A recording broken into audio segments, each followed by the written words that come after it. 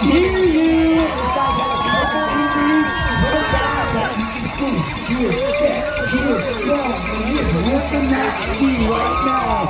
Only 310 Beaver. This is really impressive speed. He is attacking this course. And attacking from the back. Let's see, you see the red light going onto the screen, so he is grabbing a bit of time here. Got the walk on just flying. I'm a little jealous of that hairdo, but I'm not jealous of being on this hill. This is tough right now, and it's dropping out from underneath him on the Golden Eagle. Over a second back to you now.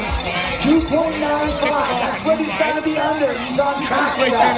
But what we see down here, slow to burning, and the really tight starting to still turn right here. Across the hill, trying to stay forward, but he was strong.